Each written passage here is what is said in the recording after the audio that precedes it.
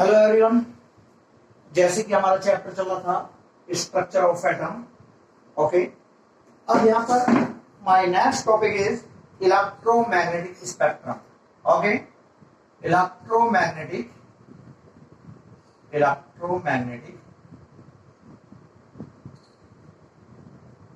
Spectrum. देखो, electromagnetic spectrum में आपसे बात करता रहा कि भाई सनलाइट में जो भी जितने तरह की रेज होती हैं वो सभी इलेक्ट्रोमैग्नेटिक रेज होती हैं, राइट। यदि मैं इन रेज को उनकी वेवलेंथ के इंक्रीजिंग ऑर्डर में अरेंज कर दूं, ठीक है, तो मुझे जो स्पेक्ट्रम मिलेगा उसका नाम दे दिया इलेक्ट्रोमैग्नेटिक स्पेक्ट्रम, राइट। देखो, वेवलेंथ का इंक्रीजिंग ऑर्डर कहिए या डिक्रीजिंग ऑर्डर इन फ्रीक्वेंसी कहिए, क्योंकि वेवलेंथ एंड फ्रीक्वेंसी एक दूसरे के इनवर्सली प्रोपोर्शनल हैं।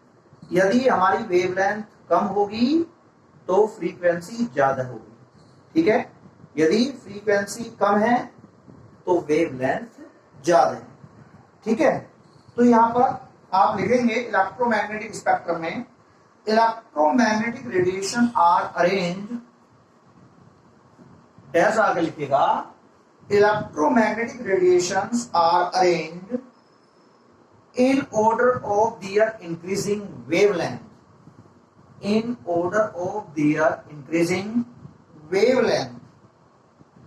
ठीक है, in order of their increasing wavelength और डिक्रीजिंग फ्रीक्वेंसी या फ्रीक्वेंसी के डिक्रीजिंग ऑर्डर में और decreasing frequency, comma the complete spectrum is known as electromagnetic spectrum. The complete spectrum is known as electromagnetic spectrum. Clear?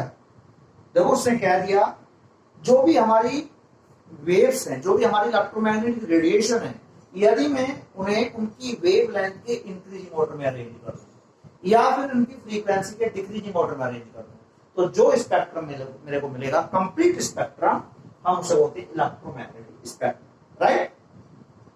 देखो, the increasing order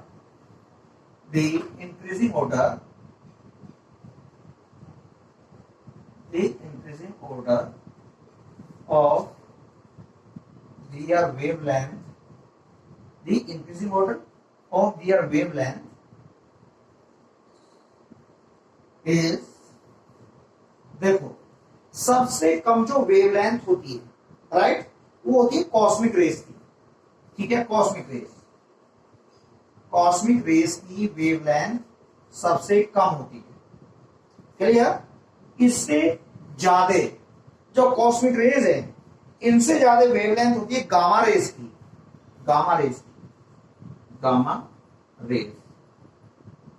raise के बाद x raise की, ठीक है। अब देखो, इस बहाने आप लोगों को यह भी पता लग रहा है कि सनलाइट में कितने तरह की रेज होती हैं, ठीक है। तो general cosmic rays, gamma rays, X rays, इसके बाद अल्ट्रावायलेट रेज, देखना, अल्ट्रावायलेट यूवी रेज, ठीक है, अल्ट्रावायलेट रेज, विजिबल रीजन, देखो, विजिबल रीजन का मतलब जानते हो, विब्ग्यो, जो हमारे 7 कलर के सन होते हैं, 7 कलर के कलर होते हैं सन में, जो 7 कलर के रंग होते हैं सन में, तो विजिबल रीजन विब्ग्यो, ठीक है। Violet, indigo, blue, VIB, blue, green, orange, red, जो 7 कलर के कलर होते हैं, 7, ठीक है, तरह के कलर होते हैं। अब इसके बाद इंफ्रारेड, देखो, विजिबल रीजन के बाद इंफ्रारेड, ठीक है। सबसे कम वेवलेंथ कॉस्मिक रेज की, उसके बाद गामा रेज की, गामा रेज से थोड़ा ज्यादा एक्स रेज की, एक्स रेज से ज्यादा अल्ट्रावायलेट रेज की, अल्ट्रावायलेट रेज से ज्यादा विजिबल रीजन की, विजिबल रीजन से ज्यादा इंफ्रारेड की, माइक्रोवेव, रेडियो वेव, देखो ये microwave, microwave, radio wave, radio wave, okay etcetera. तो देखो ये मेरा इलेक्ट्रोमैग्नेटिक रेडिएशन का इंक्रीजिंग ऑर्डर है। जल्दी से नोट कीजिएगा, फटाफट देखते हैं, जल्दी नोट करें।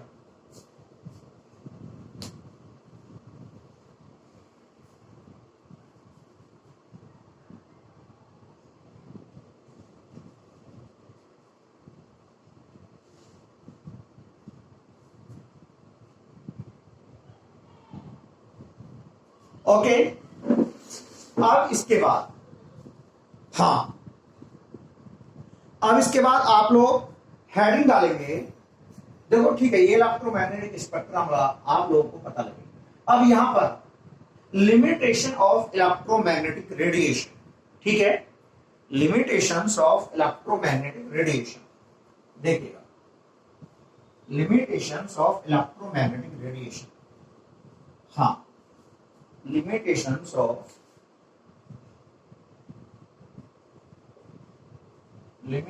of electromagnetic radiation, electromagnetic radiation,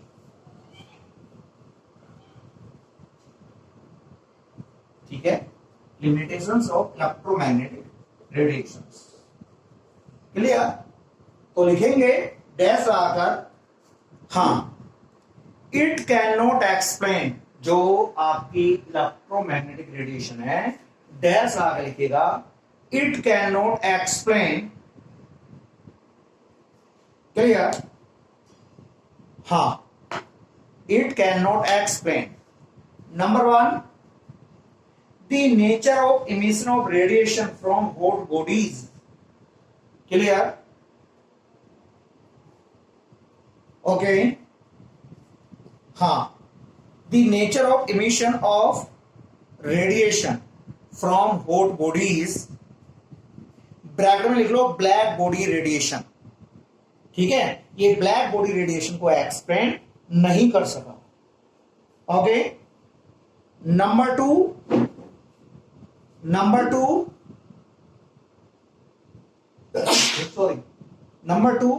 it cannot explain photoelectric effect, it cannot explain photoelectric effect,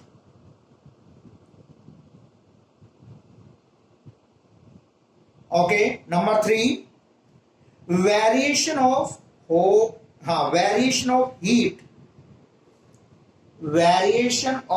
heat capacity, ठीक है, variation of heat capacity of solid, variation of heat capacity of solid as a function of temperature के साथ, clear. Number 4, line spectra of atom with special reference to hydrogen, या ऐसा लिख लीजिएगा, it can not explain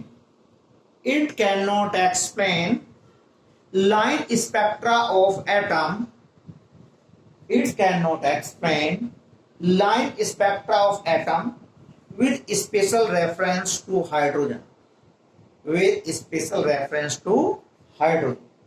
clear. तो इन कई सारे points को ये एक्सप्लेन नहीं कर सका, ब्लैक बॉडी रेडिएशन को एक्सप्लेन नहीं कर सका, फोटो इलेक्ट्रिक इफेक्ट को एक्सप्लेन नहीं कर सका, ठीक है, हीट कैपेसिटी को टेम्परेचर के फंक्शन के बेस पर सॉलिड में उसे इस पॉइंट को एक्सप्लेन नहीं कर सका, ओके। और ये line spectra special hydrogen atom के लिए ये उसे एक्सप्लेन नहीं कर सका। तो ये सब क्या है, इसकी लिमिटेशंस थी। इसके बाद आप लोग न्यू लाइन से हेडिंग डालिएगा, particle nature of electromagnetic radiation या Planck's quantum theory, particle nature of electromagnetic radiation देखिएगा। My next heading is particle nature of electromagnetic radiation, देखिएगा, particle nature of electromagnetic radiation,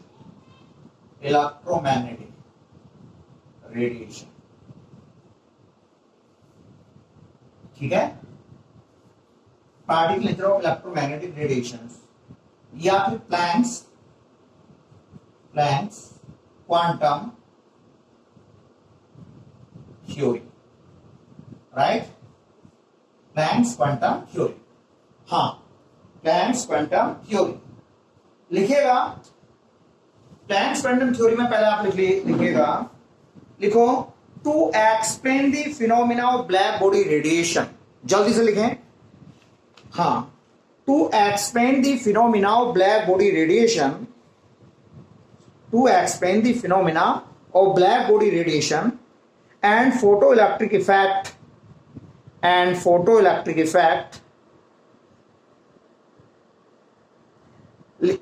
comma Max Planck give a theory, Max Planck Max Planck PLANC के Planck give a theory known as Planck's quantum theory, known as Planck's quantum theory, right?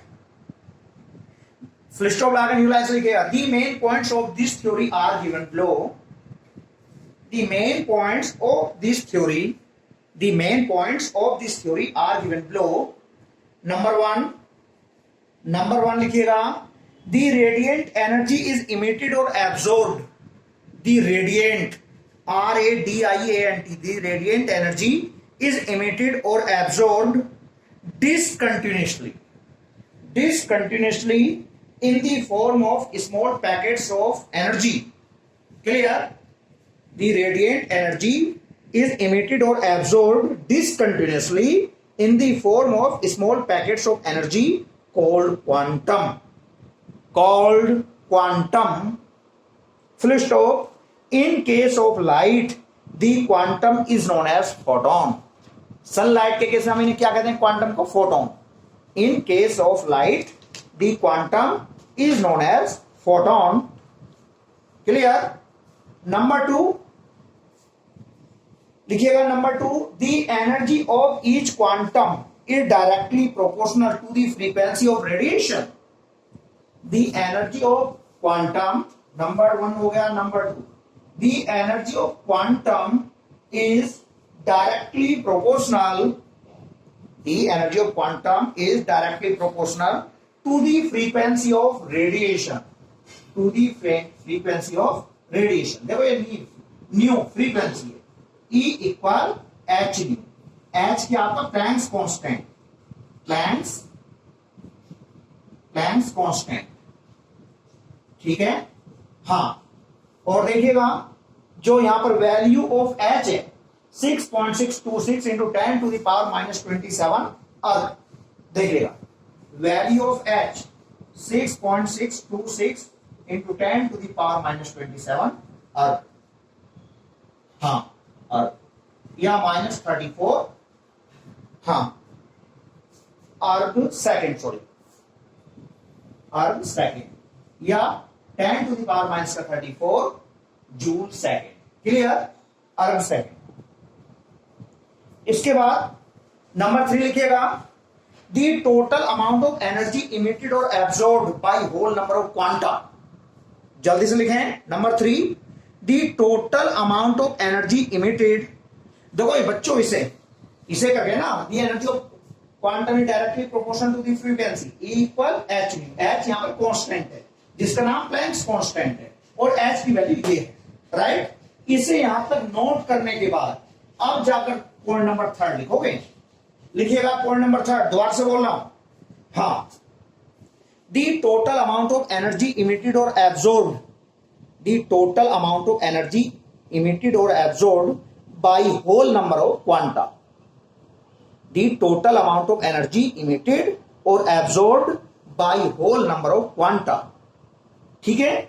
Here या hence इधर लिख रहा हूं number 3, hence E equal N H nu, N क्या है? N 1 2 3, okay.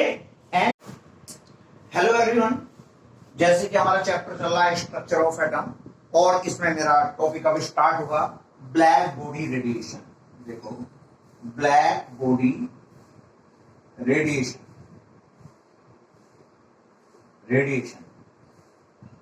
देखो black body radiation में सबसे पहले आप लोग जानोगे ब्लैक बॉडी होती क्या है. देखो एक आइडियल बॉडी, ठीक है, जो सभी फ्रीक्वेंसी की रेडिएशंस को एब्जॉर्ब कर ले और इमिट भी कर ले, उस आइडियल बॉडी को बोलते हैं ब्लैक बॉडी। ब्लैक बॉडी का मतलब ये नहीं कि ब्लैक कलर की बॉडी है, नहीं, एक आइडियल बॉडी जो सभी फ्रीक्वेंसी की रेडिएशंस को एब्जॉर्ब भी कर ले और अपने अंदर से बाहर भी निकाल दे, इमिट भी कर दे। ठीक है, तो ब्लैक बॉडी रेडिएशन की डेफिनेशन लिखिएगा, द आइडियल बॉडी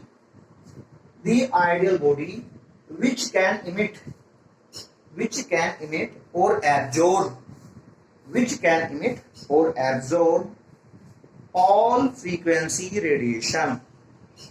ठीक है, the ideal body which can emit and absorb radiations of all frequency, ऐसा लिखिएगा, the ideal body that emit and absorb radiations of all frequencies, comma is called black body, clear. और इसी में लिखिएगा and the radiation emitted by such a body, comma is called black body radiation। ठीक है, comma is called black body radiation। तो अब सबसे पहले आप लोग यहां पर, अब इसके बाद हेडिंग डालोगे ब्लैक बॉडी रेडिएशन के बाद फोटो इलेक्ट्रिक इफेक्ट। देखिएगा फोटो इलेक्ट्रिक इफेक्ट, हाँ, फोटो इलेक्ट्रिक इफेक्ट, ठीक है, फोटो इलेक्ट्रिक इफेक्ट। देखो सबसे पहले हम इसकी फिगर बना लेते हैं। हाँ, देखो ये कोई मेटल सरफेस है, ये metal surface, clean metal surface, clean metal surface, ठीक है। और देखो ये हमारा डिटेक्टर जो इलेक्ट्रॉन को कैच करता है, डिटेक्टर। अब देखो ये इसके यहां से सन से कोई इलेक्ट्रोमैग्नेटिक रेडिएशन आती है, ठीक है, ये सन है, ये मान लो, ये क्या सन से इलेक्ट्रोमैग्नेटिक रेडिएशन आई, इससे टकराई, इससे इलेक्ट्रॉन बाहर निकलेगा और इलेक्ट्रॉन इस डिटेक्टर ने कैच कर लिया, यानी कि कलेक्ट कर लिया, पकड़ लिया, और इस वायर के थ्रू ये बैटरी में जाकर, यानी कि देखो आप इस फिगर को अपनी एनसीईआरटी से बना सकते हो, ये पॉजिटिव चार्ज, इधर नेगेटिव चार्ज। देखो ये बैटरी में चार्ज हो जाती है, जो हमारा सोलर सेल होता है, ठीक है। तो ये फोटो इलेक्ट्रिक इफेक्ट में सनलाइट अगर मेटल पे स्ट्राइक हुई, जो सीजियम मेटल वगैरह होती है, और इससे इलेक्ट्रॉन निकला, डिटेक्टर ने वायर के थ्रू इससे कनेक्ट कर दिया, क्लियर। तो अब आप फोटो इलेक्ट्रिक इफेक्ट में डैश आगे लिखिएगा, फोटो इलेक्ट्रिक इफेक्ट की डेफिनेशन लिखिएगा, the phenomena of ejection, EJECTION, ejection means बाहर निकलना, the phenomena of ejection, EJECTION, ejection of electrons, the phenomena of ejection of electrons from the surface of metal, from the surface of metal, ठीक है, when light of suitable frequency, when light of suitable frequency falls, FALLS, falls on it, जब इस पर आकर टकराती है, falls on it, comma is called photoelectric effect, clear, comma is called photoelectric effect। फिर stop लगाकर न्यू लाइंस लिखेंगे, new line से बताते, the emitted electrons are called photoelectrons, the emitted electrons comma are called, ये photoelectrons are called photoelectrons। जल्दी से figure बनाइएगा, ठीक है। हाँ, तो इसमें फिर लिखिएगा फिगर बनाने के बाद नीचे, electrons were ejected when certain metals, देखो न्यू लाइन से लिख लो फिगर के नीचे, electrons were ejected, EJECTED, ejected, when certain metals when certain metals, potassium, rubidium, POTASSIUM, potassium, rubidium, RUBIDIUM, rubidium, cesium, cesium, CAESIUM, cesium, etc.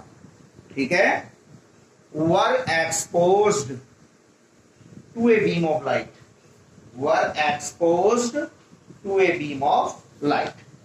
Clear? अब एक बात बताओ, जो इलेक्ट्रोमैग्नेटिक रेडिएशन आ रही है इसकी फ्रीक्वेंसी ज्यादा भी हो सकती है, कम भी हो सकती है, ठीक है?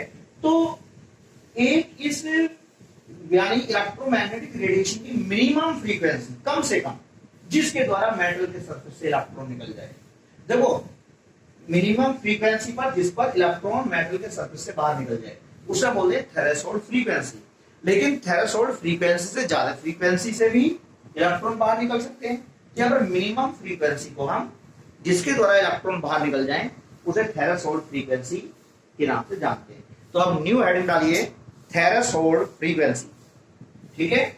थ्रेशोल्ड फ्रीक्वेंसी, हाँ थ्रेशोल्ड फ्रीक्वेंसी,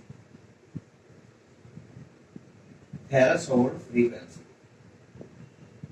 देखना थ्रेशोल्ड फ्रीक्वेंसी में लिखिएगा दी minimum frequency, the minimum frequency of electromagnetic radiation, the minimum frequency of electromagnetic radiation y which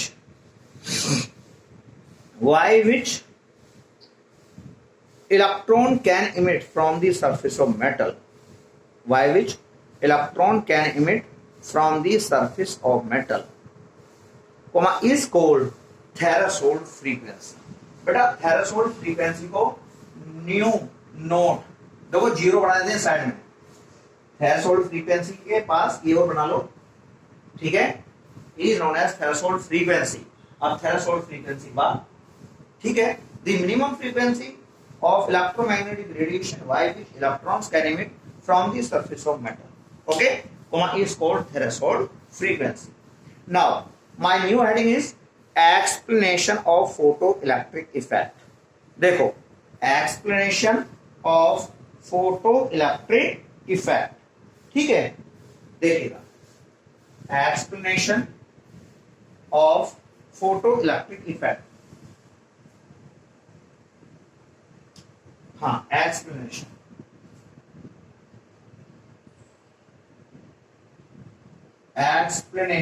of photoelectric effect, photoelectric effect, explanation photoelectric effect की क्या एक्सप्लेनेशन? देखना photoelectric effect की ये explanation है, ये मान लो आपका कोई मेटल का एक सरफेस है, ठीक है? अब ये मान लो ये इलेक्ट्रॉन बाहर निकल रहा है, अब सन से जो आने वाली इलेक्ट्रोमैग्नेटिक रेडिएशन है ये आकर यहां से इलेक्ट्रॉन निकला, जब ये इलेक्ट्रॉन यहां से निकलकर मेटल के सरफेस तक आ जाए, ठीक है?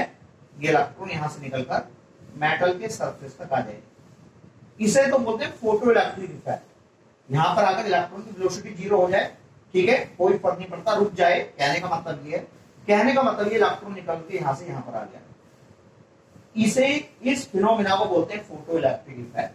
अब इस फोटोइलेक्ट्रिक इफेक्ट में जो एनर्जी कंज्यूम हुई उसे बोलते हैं work function, W work function, ठीक है? अब लेकिन देखो ये तो मिनिमम फ्रीक्वेंसी के द्वारा इलेक्ट्रॉन यहां से लेके यहां तक निकल गया, लेकिन आने वाली वेव की फ्रीक्वेंसी तो बहुत ज्यादा होगी, ठीक है? अब इसकी एनर्जी में से कुछ एनर्जी तो इलेक्ट्रॉन को यहां से निकालने में खर्च हो गई, कहने का मतलब ये फोटोइलेक्ट्रिक इफेक्ट हो गया।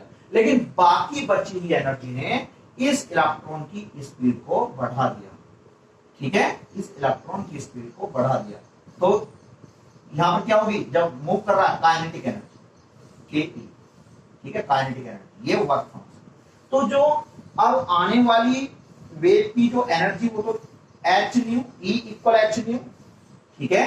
ई इक्वल एच न्यू है, energy E equal H new, ठीक है?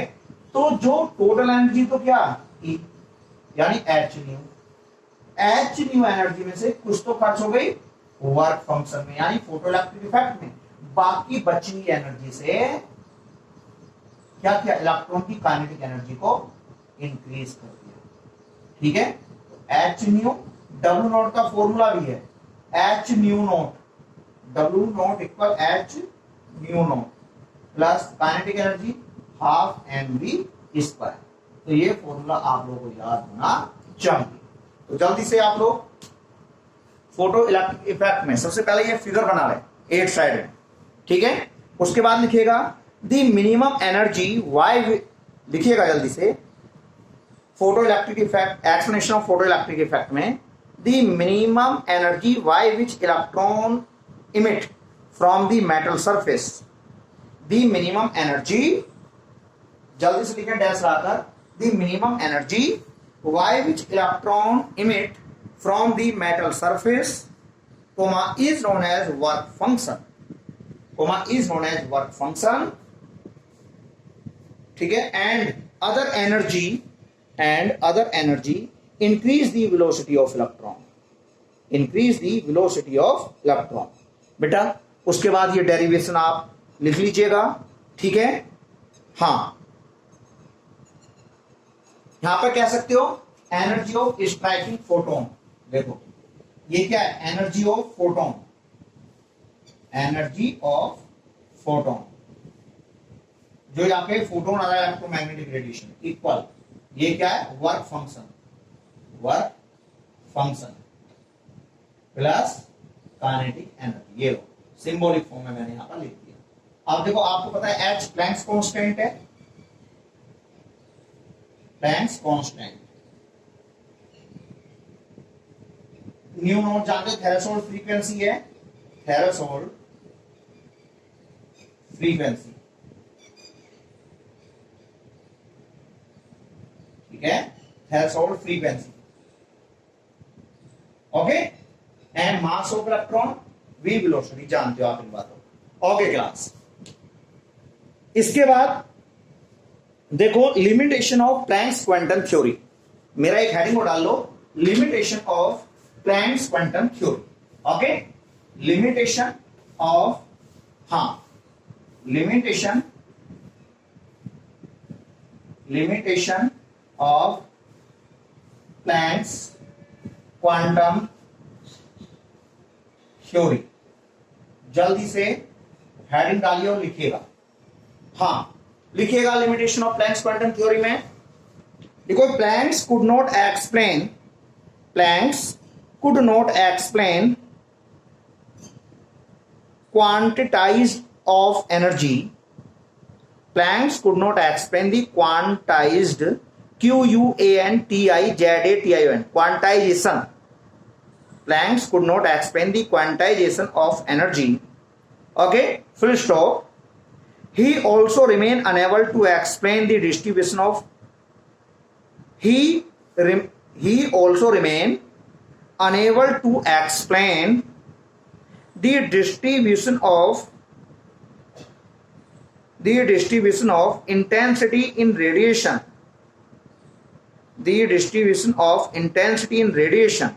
from a black body, as a function of frequency, at different temperature, okay, different temperature पर एनर्जी के डिस्ट्रीब्यूशन को भी एक्सप्लेन नहीं कर सका। Okay class.